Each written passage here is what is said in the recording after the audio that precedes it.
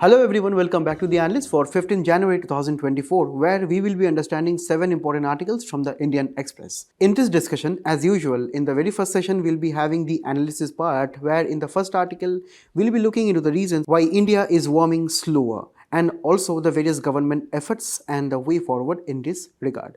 In the second one, we'll be looking into the recent issue between India and Bangladesh regarding the border fencing issue and the way forward. In the next section, we'll be looking into 5 more articles where we'll be delving deeper from the perspective of upcoming prelims 2025 examination. So stay tuned. Before starting the discussion, I wish all of you a very happy and prosperous Pongal. And with this, there are 2 sections of our aspirants today, where one section is reading the Hindu and the other section is reading the Indian Express. Now, the Hindu people know what I'm referring to today because there is no the Hindu edition today, right, on the occasion of the Pongal. And it is the Indian Express people who have to read the news with me today. But yes, also, the people who are reading the Hindu are encouraged to watch the conversation today, watch the discussion today, because current affairs is an ever-ending topic where you have to be aware of the news and the articles and the various opinions from all parts of our syllabus. So that is why also the Hindu people, don't be too much happy today. Please do watch the discussion. And with this, I'll be starting the very first article. Now in this one, right, according to recent reports, India is warming slower in comparison to the rest of the world. When I look into or zoom into this particular figure, we understand that the data that we have from 1901, according to IMD and WMO, right, up to 2024, we can see the world is warming, or the greenhouse gases which contribute to global warming, they have accumulated in the atmosphere, and that is causing the global warming phenomena. So as we can see, according to our world temperature rise, when we compare the same with reference to India, India is at a lower pedestal. That means when I compare with the rest of the world, the 1.2 degrees Celsius warming over India is considerably less than the 1.6 degrees Celsius or higher in the rest of the world. And obviously, we understand this is very important for prelims examination, where we need to talk about the various issues with reference to ecology, environment, biodiversity, climate change. Also, as a part of a GS3, we need to be aware of the various conservative efforts that the government is taking, environmental pollution and degradation, and what are the various causes, especially in India's perspective. Now, before starting, I want to bring in the reference of Interstellar. Now, all of you who have watched the Interstellar, you know what I'm talking about. But those of you who did not watch it, I will not be giving any spoilers, don't worry. What happens in Interstellar, it is about a distant future of our Earth. Say, probably it is set up in 2100s maybe, where there are various characters, as usual we see in the movies. We understand there is a particular character who is shown in a distant future of our world, which is stricken by climate change. Now, due to climate change, in Interstellar, that Earth is suffering, high amount of crop failures, right? People are in poverty. We have frequent amount of dust storms in some parts of the world, as it is shown indirectly in the movie. There are massive amount of floods and such extreme weather events. We understand this will be possible, this particular serious effect of climate change will be taking place in the future if we do not take constructive actions right now. This is what Interstellar is warning us, right? And this is what we have to focus in this article, that if we do not take constructive measures as of now, we will be seeing 1.5 degrees Celsius rise by 2050. And obviously the rise in present times is more than 1.5, it is around 1.6. And also when we talk about the end of the century, that is by 2100, it must be a rise over 2 degrees Celsius will be catastrophic for the entire world.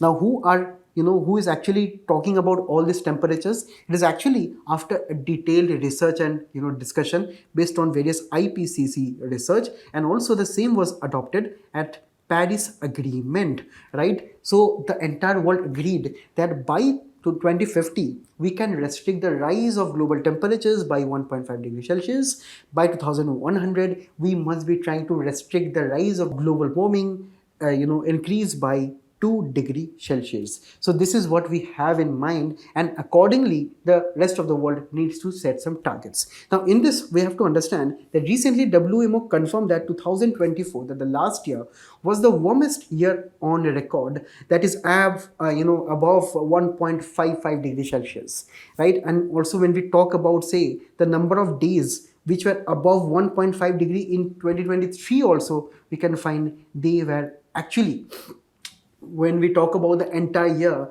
all of the days were above 1 degree Celsius higher. And when we talk about, say, 50% of the days, they were above 1.5 degree Celsius higher.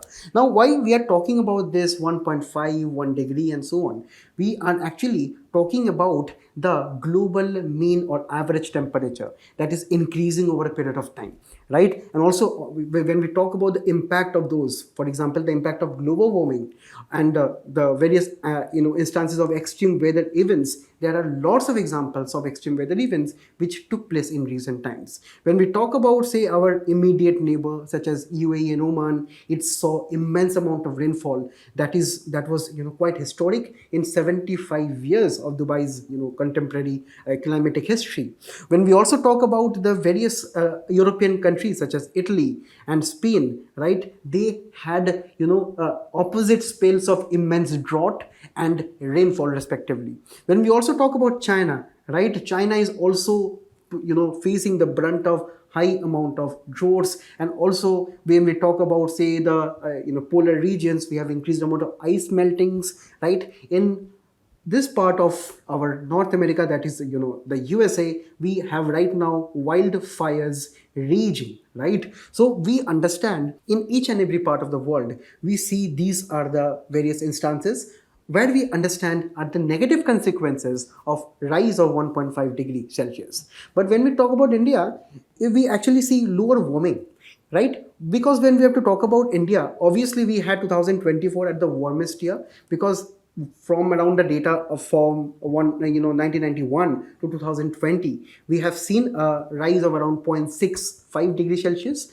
And when we talk about, say, 1901 to 1910, as we have seen in the very first slide, it is a rise of around 1.2 degrees Celsius. But the rise is much more lower than the global average.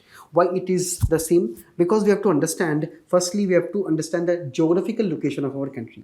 India is located near the tropics, right? Where we understand if India is located here, we will be having greater amount of solar insolation in the region, due to which the warm air will be rising up.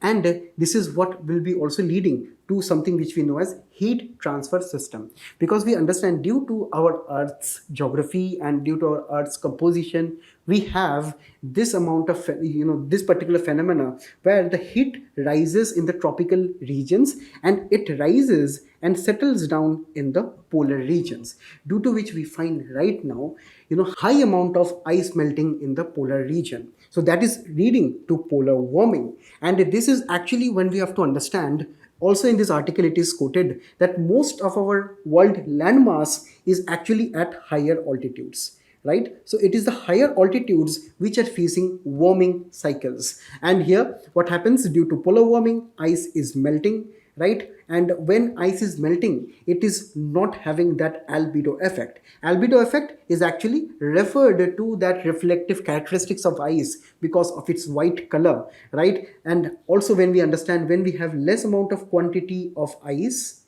we will be having less amount of albedo effect. So the strength of the solar insolation will be now much more higher in the polar regions, right? And also apart from that, India is, one of those countries where we have the highest number of cities which are polluted by air pollution, by dust pollution, and so many other aspects. Now we have to understand these pollutants are also something which we also categorize, right? Some pollutants as aerosols. Aerosols actually help in formation of clouds, and also the aerosols lead to cooling down of our, say, temperature too. Let me explain why. Firstly, aerosols are tiny particles, particulate matter, maybe sulfatic aerosols and so on, which actually sometimes absorb the heat of the sun. It absorbs the solar insolation, and it is actually trying to also disperse the solar radiation. So firstly, it is trying to absorb and disperse the same. Secondly, aerosols are also excellent places where water can actually coalesce. So water can coalesce on these aerosols and they can form cloud. And if we have higher cloud cover, we will be obviously blocking that amount of sun rays and solar insolation, keeping our surface cooler, if not right cold, right? So that is what is leading to lower warming over India as of now. And when we talk about the need for strengthening of climate monitoring in India, because we have to understand, according to this article, the 1901 data that we have, right, is actually not sufficient for us to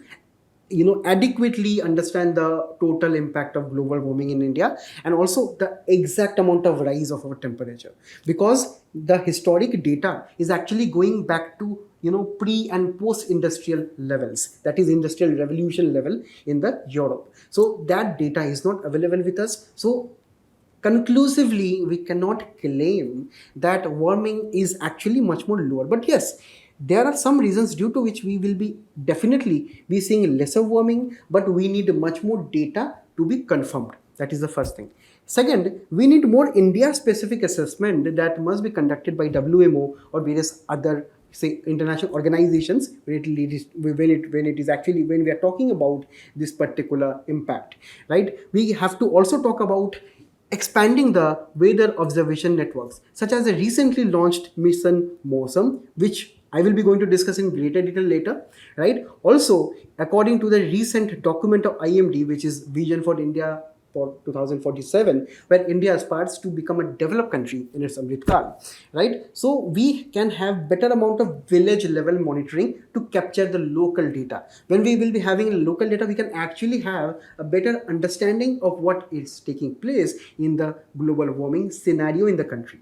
Next, we also need to strengthen the institutions. For example, the IMD, Indian Institute of Tropical Management, Indian National Center for Ocean Information Systems. So we need to have better amount of funding, better amount of, say, powers that should be given to these organizations, because they are the organizations who are conducting in-depth scientific research, in-depth amount of analysis of data, collection of data at the ground level. Then only we can have better amount of capturing of this particular aspect. Also, when we talk about, say, the warming scenario in the country and elsewhere, we have to understand the oceans contribute to a lot of our data, because we understand that the oceans are much more warmer on usual than the lands. So that is why we need to capture the heat, the overall warming scenario on the oceans particularly. So that is why these bodies, these organizations must be having better observatories, especially over oceans, so that we can have a clear picture. And if you have a clear picture of this data, so everything is all about data and understanding what is the exact range of temperature India is facing, so we can have better policy targets, right? So in this way, we can also have better amount of computational efficiency. For example, we have some supercomputers. In the comment section, you let me know what are one or two supercomputers which are dedicated to weather forecasting, capturing of climate related data in the country. So we must be having better amount of computational efficiency, right? If needed, we can also invest our resources in developing the quantum computing scenario in the country, which can have better weather modeling data. Also, when we talk about the IMD data regarding weather, it is not only helping us with reference to global warming, climate change studies and so on. It will be also helping us to better analyze our military strength, our tourism potential, our various other, say, administrative functions, agricultural functions. So we need to also diversify according to the climate monitoring scenario of the country. And finally, we must be establishing global cooperation with the rest of the, organizations in the same domain. Now, did the government take any efforts due to which maybe we are seeing lesser warming in the country? The government took some international commitments, specifically via the various international climatic agreements take place again and again, right? So specifically when we talk about India's international commitments, we have so many alliances. For example, say India is actually the founding member of this International Solar Alliance. India is actually say very determined when it comes to the implementation of Paris Agreement, due to which we also have the reformed nationally determined contributions, that is the Panchamrit, where 50% of India's installed electric power capacity will come through non-fossil fuel sources. Hence, we have to say decarbonize the sector of energy generation. Then we can also reduce our carbon intensity of GDP by 45% by 2030, right? That is from 2005 levels. We can also create an additional sink of 2.5 to 3 billion tons of carbon dioxide equivalent, that is actually possible through more amount of afforestation and increasing the tree cover by 2030. Also, our Prime Minister has proposed a very innovative solution, that is adopting such lifestyle that is suitable for our environmental, or that is actually much more eco-friendly, right? That is the mission life, right? And finally, we have the long-term goal of achieving net zero by 2070. Net zero refers to that particular instance in the future when we will be capturing the equivalent of carbon dioxide that we are trying to emit. And also when we talk about say the net zero working groups which has been set up, there are so many working groups which are targeting various sectors such as transportation, say industry, climate finance, critical minerals, and so on. So Indian government is definitely looking into international commitments. After that, we have various green energy expansion schemes in the country. For example, we have the green hydrogen say mission. We have the PM drive, where it is about promoting the better amount of, or say higher adoption of electric vehicles in the country. We also have concessional rates of GST on the EVs, right? So we have so many initiatives which is trying to decarbonize the energy or transportation sector. In various states, we also have the various amounts of electric buses being run by the state governments. In Delhi also we have the same. When it comes to agriculture and water resilience, the government of India is launching so many initiatives, such as the Pradhan Mantri Krisi Sinchai Yojana to promote better amount of irrigation practices, such as micro irrigation practices. We need to also have better amount of, say, energy usage in agriculture, also optimizing the water usage, that is through the scheme of PM Kusum, which is trying to install solar operated motor pumps. So in this way, we have so many other initiatives such as promoting organic farming and natural farming, which are actually nature-based modes of agriculture. So we have so many initiatives in this manner.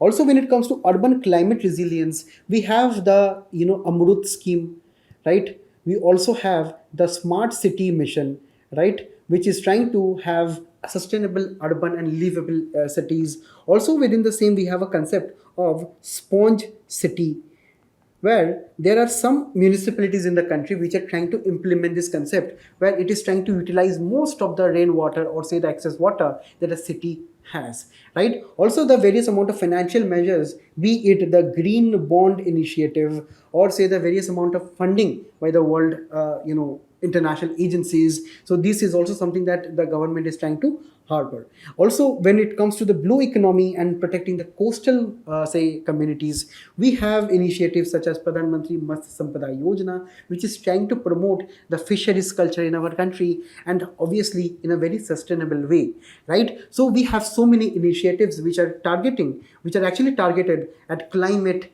change. And when we talk about the way ahead, firstly, we have to enhance our initiatives when it comes to carbon sequestration technologies. Carbon sequestration is that simple way of drawing back excess amount of carbon dioxide into our soil or into various other say aspects below our soil, right, or in our say various water bodies. What happens is this, for example, imagine that this was earlier an abandoned mine, where due to government efforts we had afforestation, due to which we have a better amount of trees right now, due to which it is taking in excess amount of CO2. Now, what are the other ways in which we can actually bring in the CO2 into the soil? We can actually transform the depleted oil reservoirs and have better amount of technology that can actually suck in CO2 from the atmosphere and store it deep underground. We can also do the same with our aquifers, and also we can use various wetlands such as pond and inundate with bacteria so that they can actually take in CO2 from the atmosphere. So these are the various initiatives that actually refer to carbon sequestration. So we must be having much more amount of funding on this because this is very costly. And also the government of India must be promoting better amount of circular economy model. Circular economy is not only based on the principles of reduce, reuse and recycle, but is actually going beyond that by designing products in such a way that it can be used for a longer period of time instead of recycling it, right? For example, if I use a smartphone, I can at the end of 5 years maybe give that smartphone to someone else who needs it, right? That particular person, if the person is able to recycle it, that person can actually say disassemble the smartphone into batteries, into display units and so on. So in a way we are using that same product for a longer period of time, right? We can also have better amount of public private partnerships because sometimes the government can fall short of initiatives of expertise of knowledge. That's why in particular amount of carbon capture, utilization, storage, in better amount of research and development, we can rope in the private sector and take their help. Also when it comes to agriculture and various amounts of say other activities, Indian government can set up a very innovative measure, that is the special economic zones that is related to climate resilience. So there can be some areas of our country where the government has delineated, okay, that in these areas only organic farming will be done or only natural farming will be done, or in these areas only sustainable food processing industries can be set up, or in this particular sector only green MSMEs can be set up which are very less polluting. So we can have these ACZs which will be getting various tax benefits from the government and so on, which are on the other hand sustainable for our country. That can also lead to better amount of production of goods and services. Also India needs to come up with a climate law. As of now we have so many laws in the country related to climate, forests and so on. In the comment section you can list me 2-3 of them, but we have so many similar laws which are different in our country as of now. We can club them, codify them, like we did with GST, like we did with insolvency bankruptcy code. So we can also read the same. Also when it comes to the various terms and references, right, according to legal references in climate change, we can have a national green taxonomy, be it references with reference to investing in green resources, in green investments. So we can have a proper definition such as we should not be having any legal disputes later on. Also finally, we have to also consider our Prime Minister's statements of living our life sustainably, right? And here there is a PYQ in mains where it is talking about that climate change is a global problem, right? How will India be affected by climate change, and how Himalayan and coastal states of India be affected by climate change, right? So this is a mains question that you can practice. Also, you let me know what is the answer of this question in the comments below. And also when we have a particular mains practice question, I encourage all of you after the discussion, please do try to attempt to write one question. It will be enhancing your answer writing skills in the long run. So we'll be moving on to the next one. Now recently India and Bangladesh is trapped in a very negative diplomatic spat, right? Because on January 13th, New Delhi summoned the Bangladesh acting High Commissioner to India over security measures at the border, including the various issues that the two countries are having with reference to installation of fences. Now let us understand in great detail. It is important for prelims because we need to be aware of the mapping aspects here.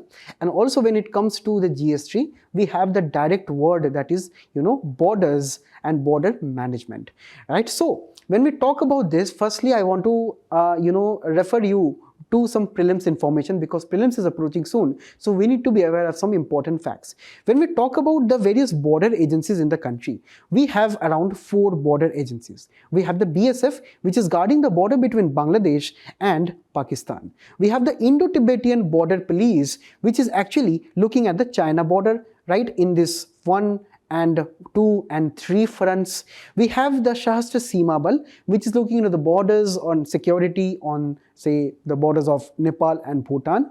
And finally, we have the Assam Rifles, which is looking into the Myanmar border. So we have this amount of agencies, security agencies, which are a part of the Central Armed Police Forces. These are the border forces, as you can see, the BSF, Assam Rifles, Indo-Tibetan Border Police, and the Sahastra Seema Bal. right? And when we talk about the BSF, it is the world's largest border guarding force, right? So these are the some informations you have to keep in mind. When it comes to Assam Rifles, they are also known as Sentinels of the Northeast, and these are actually the oldest border security force in the country. And when we talk about, say, the other say types of CAPF in the country, we have the Special Operations CAPF, which is looking into the most important aspect of, say, some special operations, which is the National Security Guard. Also, when it comes to internal security, we have the Central Industrial Security Force and the Central Reserve Police Force, right? Now you let me know in the comments that under which ministry the CAPF is coming under.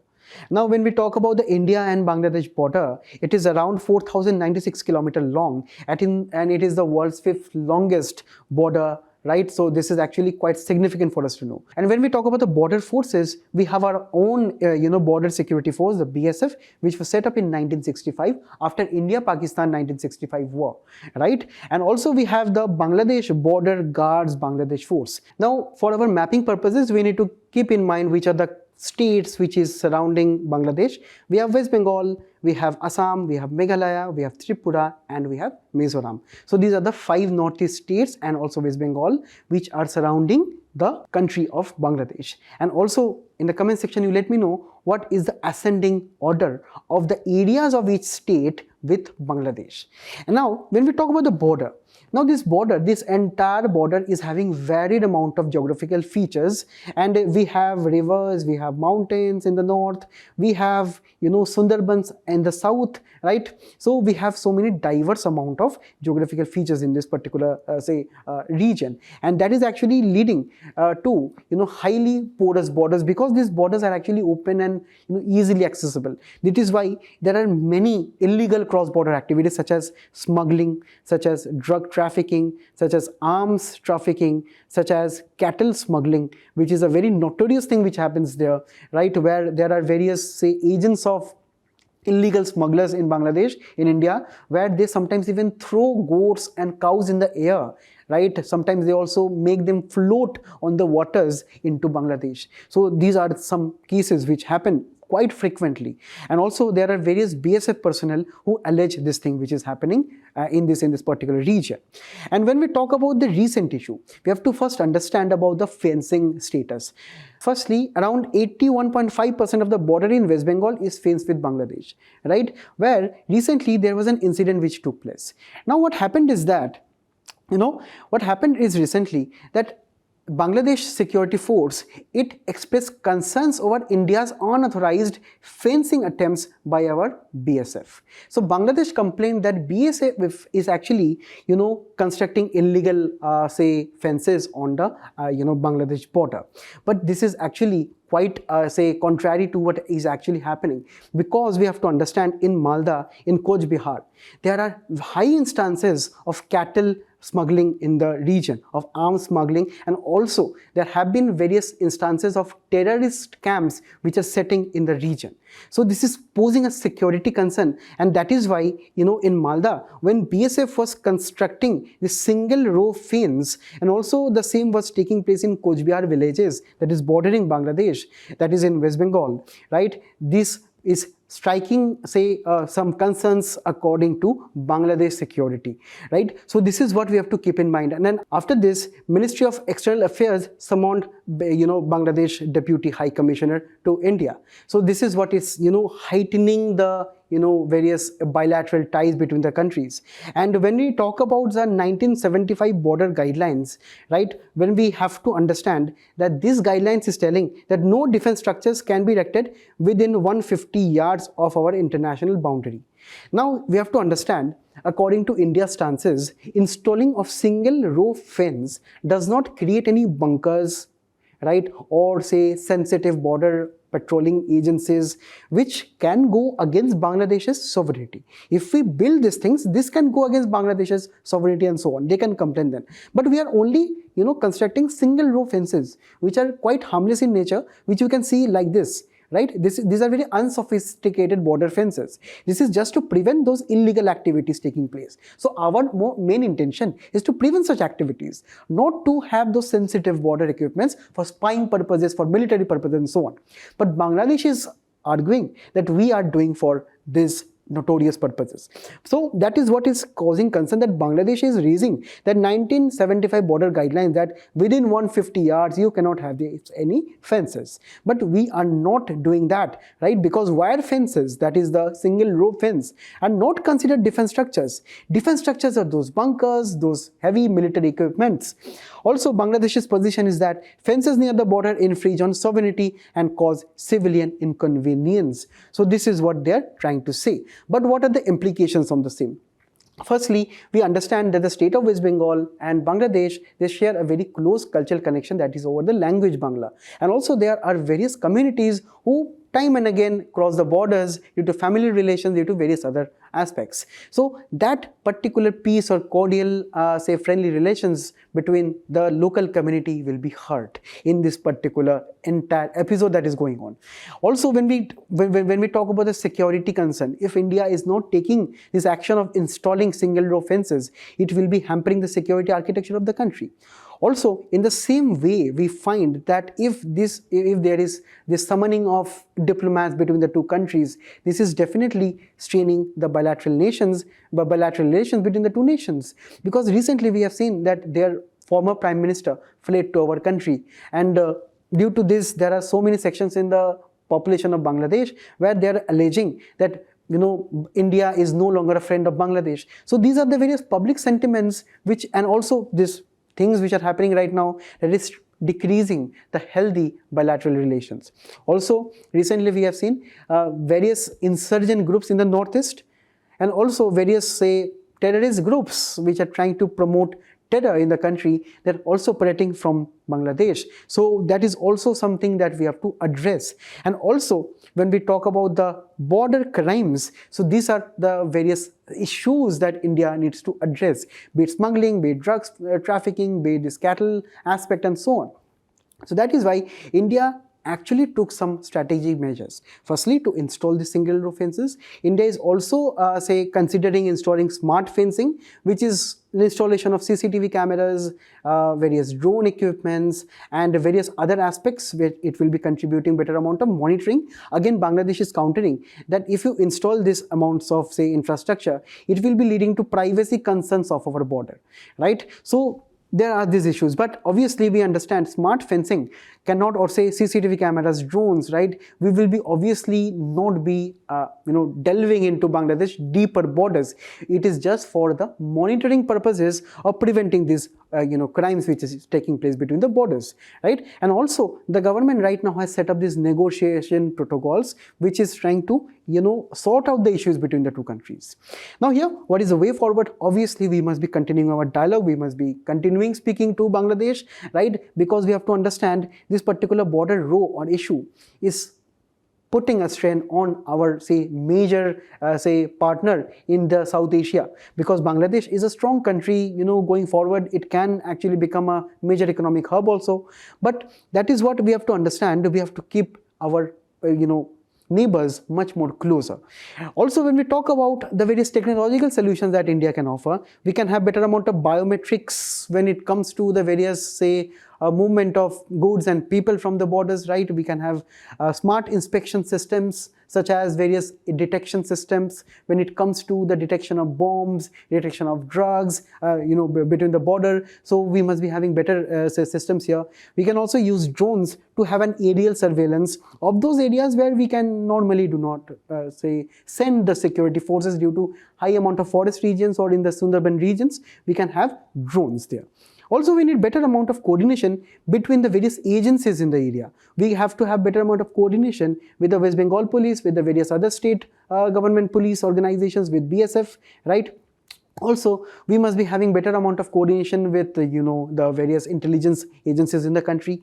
We need to have better amount of capacity building, better amount of training, funding of our forces, and finally, the local community participation. The local community is actually the main, treasure trove in the region, because they have some cultural connect between themselves. So when I come to this end, so there is this PYQ of 2020 where we have some, question related to analysis of internal security threats and transborder crimes along Myanmar, Bangladesh, and Pakistan borders. So this is a hint that in the UPC mains that they ask questions not only about overall border management of our country, but also some specific borders such as Myanmar, Pakistan, Bangladesh. So it is better that we have, say, we have good amount of notes for each of the borders and each of the issues related to them. And also for you all, there is a question again, you practice and you let me know. Recently, our Prime Minister attended the 150 days anniversary of our IMD.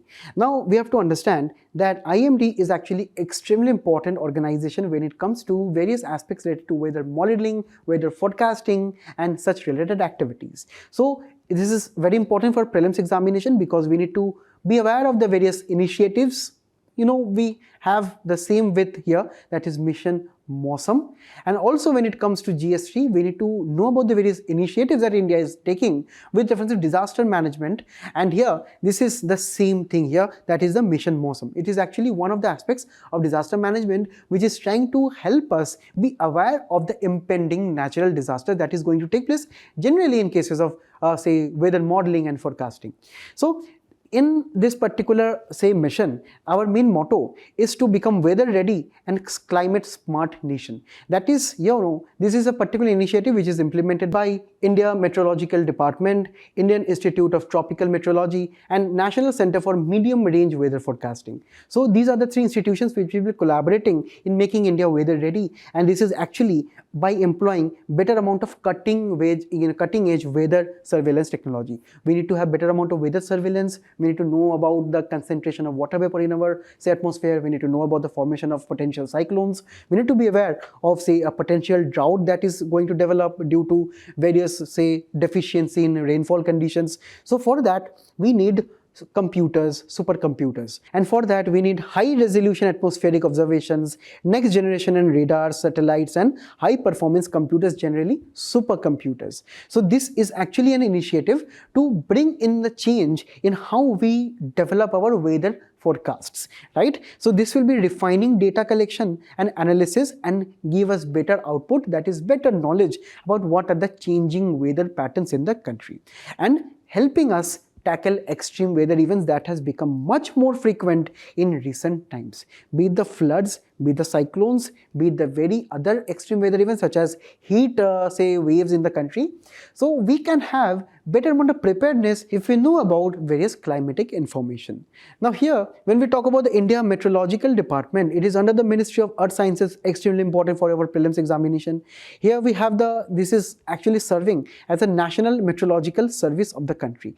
This means that IMD is serving as one-stop solution for all weather-related aspects, climate-related studies in the country, where the head is actually the Director General of Meteorology. Headquarters is at New Delhi. We have 6 regional, say, meteorological centers of IMD, where each of them are led by the Deputy Director General. We have at Mumbai, Chennai, New Delhi, Kolkata, Nagpur, and Guwahati, right? And also the main IMD mandate is actually forecasting the weather information, giving us severe weather phenomena, having proper meteorological statistics for our sectors such as agricultural sectors, industries, and various other sectors where these sectors are also needing various weather related information, right? And also to promote better amount of research in the country. Now, according to our Prime Minister, IMD has not only served crores of Indians in the last 150 years, but also has become a symbol of India's scientific journey, because it is actually one of the few institutions in the country apart from ISRO and IITs which is very well ahead in the, from the rest of the world in research and development, due to which our Prime Minister has also inaugurated this 150 rupees coin that is commemorating the particular celebration here. Now here, when we talk about the rest of the article here the IMD Director General is telling that the Met Department is working towards improving its weather forecasting accuracy by another 10 to 15% in the next 5 years, because time and again we sometimes see, this is actually one of the most important issues of IMD, is that they sometimes do not give accurate weather forecasting, be it the rainfall pattern, be it the drought conditions and so on. Sometimes the accuracy is not proper, mainly because we lack in computational powers, right? Also here, the IMD Vision Document 2047 has been released, which is an ambitious plan of achieving zero error forecast. So we can understand IMD has taken this zero error thing quite very seriously, right? And also when we talk about the zero error forecast, that is the forecast for up to 3 days lead time and accuracy up to 90% of its forecast, issued 5 days in advance by 2047. So this is the plan that they are adhering to. Now we do not have to memorize these things. This is just we have to keep in mind that IMD is taking initiatives to reduce the errors. Now here, when we talk about how India's meteorological advancement not only strengthen the country's disaster management, but also the ability to tackle natural disasters and also help the rest of the world. One very good initiative is the flash flood guidance system that is mentioned here. That in this particular aspect, we are helping Nepal, Bhutan, Bangladesh and Sri Lanka with reference to information on flash floods. So with this, they are using our technology and they are having these benefits of disaster management. Also, IMDb is working towards detecting highly localized severe weather events, because we have to understand global warming, while is a global phenomena, sometimes the effects can be local. Sometimes the effects can be locally seen, and sometimes the effects can be much more worse locally. A very good example is a heat wave that takes place in North India. In some parts of the country, that is in the northern part of our country, the heat wave is very severe than the rest of the country. So this is where we have to study much more localized weather events, and that is why going forward by 2047, the main aim of IMD is to provide every individual with tailor-made weather forecast warning, so that India can actually transform from weather forecasting to weather management. So this is a very welcome initiative by the IMD. Now we'll be moving on to the next one. Now, according to recent media reports, the Union Home Ministry has prevented 1,800 crores of cyber frauds using a very innovative portal. This is what we have to look into with reference to prelims when we talk about current events of national and international importance, and also GS3, where we have to look at the basics of cyber security. Now, when we talk about the portal is National Cybercrime Reporting Portal, where it is under the Indian Cybercrime Coordination Center. It is also known as I4C, right, where it is concerning regarding the reporting of all types of cybercrime. So what you do, you go to this portal, you report on this portal with reference to any cyber scams, any scandals, any child pornography, any sexual harassment case that is taking place online. You can report it. You can actually track and monitor your case online. So this is what is the benefit of this portal. Also, here we have the cyber awareness promoters, which is trying to promote awareness via various media advertisements, various social media messages and so on. These promoters are trying to promote the cyber awareness between the various sections of population.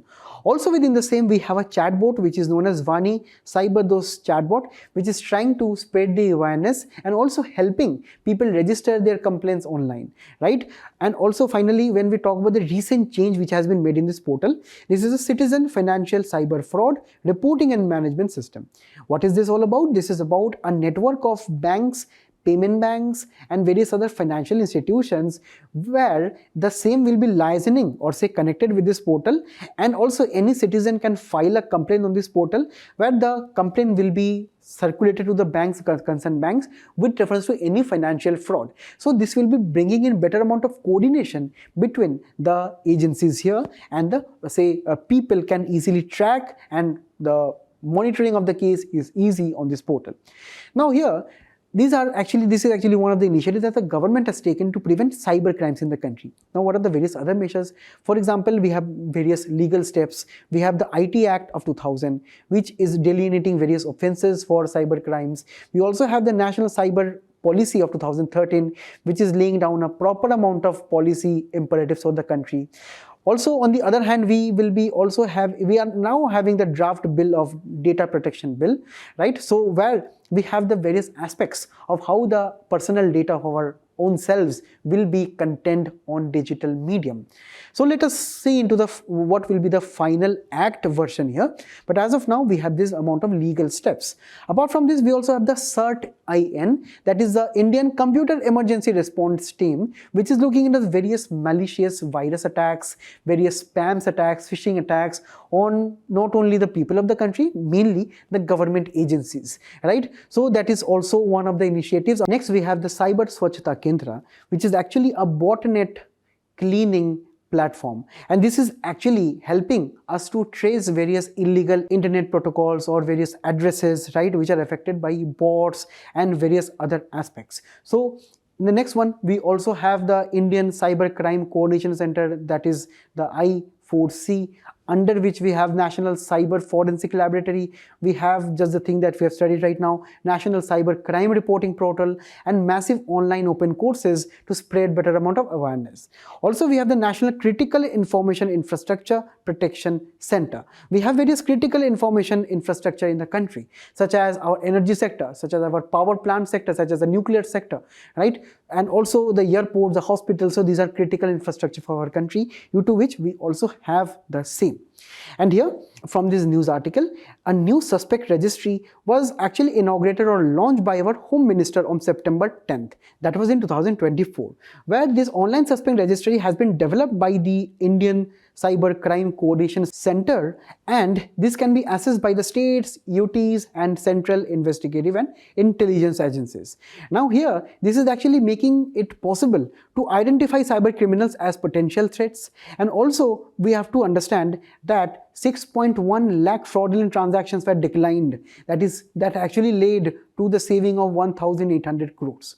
Now if in the future you get any question on what are the initiatives the government has taken, do not forget to mention this initiative and this example how the government saved this money. This will be getting you that extra mark. Now here we have a question from 2020 mains, where you can let me know in the comments what are the different types of cyber crimes, right, and also the measures required to fight the same. So here with this discussion you can try to attempt this question. In the next article, we'll be looking into a recent proposal to revise the various definition standards for classifying someone as obese. Now here, this is important for prelims, that is general science, and where we talk about, BMI and obesity. Firstly, let us talk about obesity. See, obesity is the excessive accumulation of fat around our internal organs or within sometimes our internal organs too. That leads to threatening health conditions, such as, it can lead to diabetes, it can lead to various heart-related problems, kidney-related problems, it can lead to various amounts of gallbladder-related problems, spinal damage, some amount of cancers, and even premature death. So obesity is a very serious thing, and obviously when we talk about how to measure obesity, that is possible via body mass index, which is a formula you all have to remember, right? And also you can calculate your own BMI by this formula, that is you have to just divide your weight by height to the power squared, right? So this is how we find our BMI, and if you have your BMI less than 25, you are quite normal. If you have from 25 to say 30, you're overweight. If you're from 30 to 35, you're moderately obese. 35 to 40, severely obese, and more than 40 is a very serious case. So this is how you can calculate. For example, your weight is 90 kg, for example, and your height is 1.65 meter. So you square your height and you will be getting the result here, that is 33. 33 means that you are moderately obese. And here, when we talk about BMI, now all of this data that we are talking about here and even here, now these are all European centric data. Now this data is not accurate for everyone, right? There can be various ethnic differences, there can be geographical differences, right? That is why country-specific BMI cutoffs are also used sometimes to look into local amount of or local ranges of BMI. This is what we looked at it on a average basis. But when we talk about obesity, we always rely on the BMI data to measure if a person is obese or not. But according to recent research and various clinical professors, doctors, obesity and BMI sometimes can be detached, because to measure obesity, BMI is not the only thing, because we have to understand some individuals tend to store extra fat at the waist or around their organs, such as the liver, heart, or muscles, and this is associated with a higher health risk than when fat is stored just below the skin, below the arms, legs, or other body areas. Now, is the BMI talking about this effect? Is the BMI telling that where the fat is actually stored? Is it just below our skin, or it is beside our organs or inside our organs and so on? And if it is the organ part of our, say, fat accumulation, it poses a higher amount of health risk than the other amounts of fat accumulation. And that is exactly what we will be looking into this article here. Now, when we talk about the new approach here, the Lancet Commission has proposed a new approach to define and diagnose the obesity criteria here. And it is actually not looking into the BMI aspect in great detail.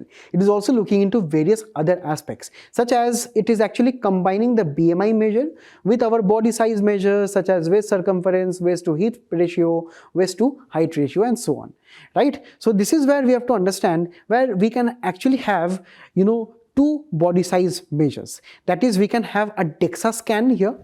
The DEXA scan is just like this, if you can see here, where the excess amount of fat mass can be produced via these scans, right?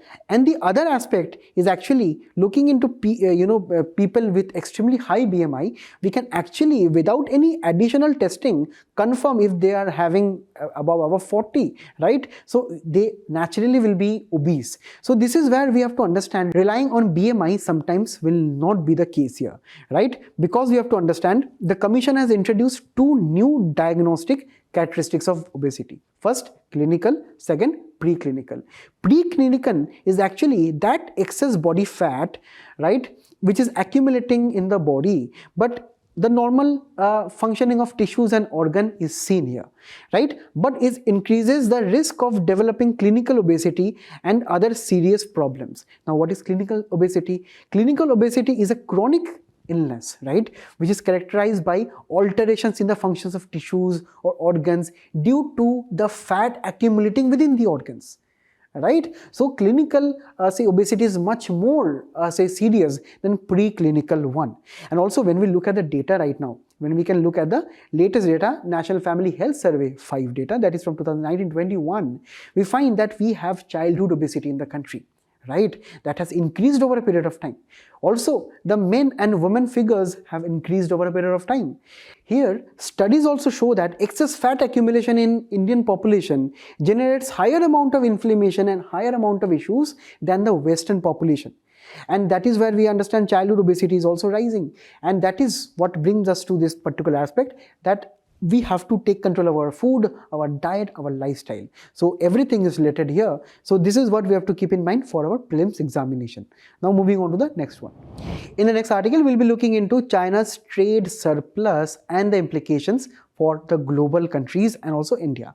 Now, it is important for prelims, that is economic and social development. When we start this article, we firstly will be looking into data, which you or we do not have to keep in mind, but we have to just observe the trend that Chinese exports have increased 5.9% from the last year, and this is amounted to around $3.5 trillion, while the imports are around $2.59 trillion.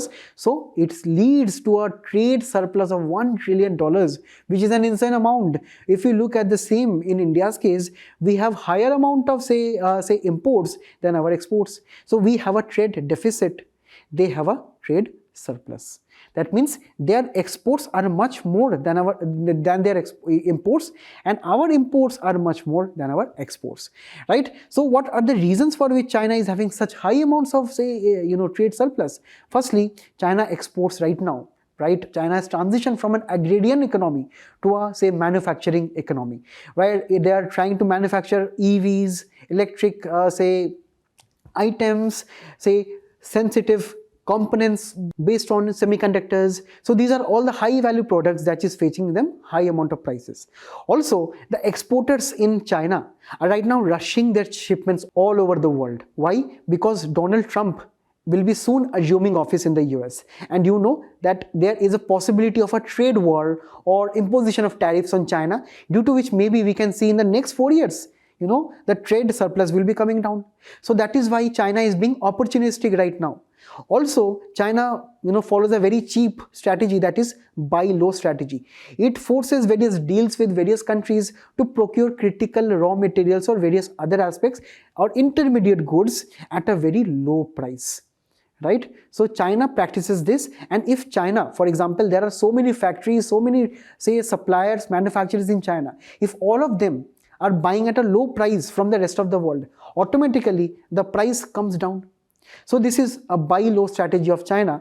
And also recently we see that renminbi, China's own currency, is depreciating. And we know whenever we have depreciation, it makes our exports much more cheaper, right? So that is what we actually understand are the reasons why we have higher amount of trade surplus. When we look into further other details, we understand that Chinese economy is not at all well. It needs this trade surplus because it is reeling under poverty, under industrial overcapacity, that it is not having that capacity to produce more goods and services. Government debt is also rising in China, right? And also we have to understand that over a period of time, Donald Trump can also impose tariffs, right? And maybe over a couple of quarters, this can reduce. But as of now, what is the impact of this overall excess amount of trade surplus on the rest of the world? Firstly, when Trump will be coming into office, and obviously Trump knows right now that China is actually very well known for something which we know as dumping. Dumping is actually intentional selling of goods at low prices in abroad countries compared to the domestic market. For example, there is a smartphone which is selling in China, right? The smartphone is costing maybe in Indian rupee that 20,000 rupees, right? And here in India, the same smartphone from the same factory, from the same manufacturing company, it is costing 10,000 rupees. So intentionally, China has set the MRP in India lower than their own domestic market, and it is leading to higher amounts of, say, exports from China, right? And this is the same thing that China is not only doing with India, but with the rest of the world. So it is to be seen whether this entire thing will be leading to a trade war in the near run. You also let me know in the comments what is your own opinion in this particular matter. Also, when we talk about this China's buy low policy, correct, what will be the, say, impact on the rest of the world? Obviously, the rest of the world is not getting enough prices, right? The prices are very low, so they are losing on, say, profits. Also, China follows, excessive amount of devaluation from time to time, right? So this is also leading to a policy known as beggar thy neighbor. That means if China devaluates their own currency, over a period of time, Chinese exports will be rising. At the cost of whom? At the cost of China's closest competitor, that is India. So people will be demanding, that is the foreigners will be demanding more of Chinese, say imports than Indian imports. So that is why, devaluation that China, time to time practices, right, is leading to beggar thy neighbor. That is, it tends to, whenever a particular country devaluates their own currency, it tends to make the neighbor countries or close economic competitors much more poorer. Also, when it comes to India, India's own market access will be limited according to this particular surplus here, because we understand this particular aspect of Chinese exports, because Chinese export prices are very low. Right, this is actually much more lower than what Indian exporters are offering. So market access is a cause of concern. Also, when it comes to this buy low strategy, Indian exporters to China, they are also losing money on this particular matter. And finally, they are facing high competition from China too. So with reference to the discussion here, you let me know what is the answer to this 2016 PYQ. And with this, I'll be moving on to the last article. Now, in the last article, the WPI inflation has risen to 2.37%. Now, here in this one, we'll be looking at the basics of WPI. Firstly, this WPI or Wholesale Price Index is actually computed by the Office of Economic Advisor, DPIIT, which is under the Ministry of Commerce and Industries. Now, in the comment section, you let me know who publishes the CPI. Now, when we talk about the WPI, it goes, or for example, various, say, officers or say surveyors from this particular ministry goes to various wholesale markets in the country. And when they go, they look into baskets of 697 items based on, say, primary articles, which are actually, say, for example, food and non-food items, fuel and power items and manufactured products. They go to the markets and they note down the prices. For example, what the prices the previous month and what are the prices in this month. So they have a particular base year of 2011 and 12. So they compare the prices based on the monthly basis and also from the base year, that is from 2011-12, how the prices have increased over a period of time. Correct? So this is exactly what WPI is all about. And here the WPI measures inflation only with respect to goods, right? So whatever the goods which are, say, sold in the wholesale markets, they are concerned with this. And here we can see that when we talk about all of the commodities, the WPI has risen a little bit at around 2.37%. When we talk about the primary items, the inflation has risen again. When we talk about the food articles, the inflation has moderated, right? And actually has reduced very slightly. When we talk about the non-food items, inflation has risen. Fuel and power, if you can see, it was in negative territory. It is increasing over a period of time. And also manufactured products is increasing. Now, do you have to remember each of these things? No. You just have to remember that on a monthly basis, the WPI has increased by around 2.37%. Next, when we talk about the composition of CPI and WPI, we see that CPI consists of both goods and services, where they are generally grouped as food and beverages, pan, tobacco, toxicants, clothing, footwear, housing, fuel and light, miscellaneous. Under miscellaneous majority, we have some of the services too, such as health, education, transport, and so on. So we understand they are attached various weightages, and these weightages are extremely important for our prelims examination. So it is better that to arrange them in an ascending and descending order for your prelims. Also, when we look at the same in our WPI, we have primary articles, we have fuel and power, we have manufactured products, under the primary articles, we have food articles, non-food articles, minerals, crude oil, petroleum, natural gas, right? We have under the, fuel and power, coal, mineral oils, electricity. We have, under manufactured products, again, we have food items, we have textiles, we have chemicals products, basic metals, machinery, other manufacturing items. If you can look at all the examples here, these are all the goods which are for sale at the wholesale markets. From the wholesale, when the same goods will be reaching the retail markets, then we will be calculating the CPI. Now, alongside the same, you let me know what is the answers of these two PYQs from 2020 and 2021. And with this, I thank you all for being a very patient audience. Please do attempt the quiz which is following up, and all the best and best of luck till we meet again. Thank you.